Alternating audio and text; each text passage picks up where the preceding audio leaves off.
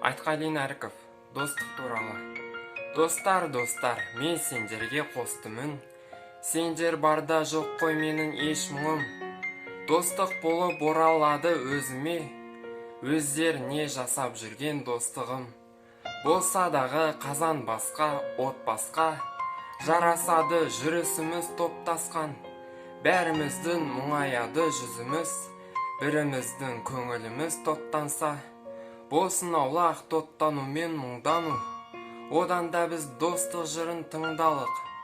Жүрегіміз ақтаң менен аптасын, қалсын сыртта қап-қара боп түн алып.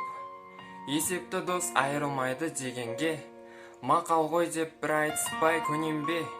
Тек достықтан қуат алып тұрғандай, ыбыстыққан жүйткіп жүрген денемде. Достық деген өлшенбейді безбенмен, қасиетін ұға алмайды кез келген. Достық деген қыз